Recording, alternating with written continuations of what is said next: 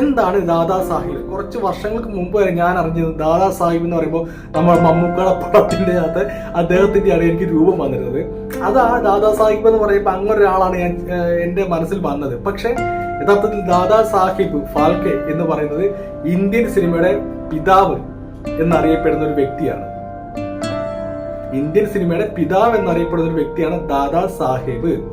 ദുന്തിരാജ് ഗോവിന്ദ ഫാൽക്കെ എന്നായിരുന്നു അദ്ദേഹത്തിന്റെ യഥാർത്ഥ പേര്. 1870 ഏപ്രിൽ 30 അദ്ദേഹം ജനിച്ചത്. 1913 പുറത്തിറങ്ങിയ രാജ ഹരിചന്ദ്രയായിരുന്നു അദ്ദേഹത്തിന്റെ ആദ്യ സിനിമ. മുഴുനീള ചിത്രമായിട്ട് രാജ ഹരിചന്ദ്രയെ പരിഗണിച്ചു.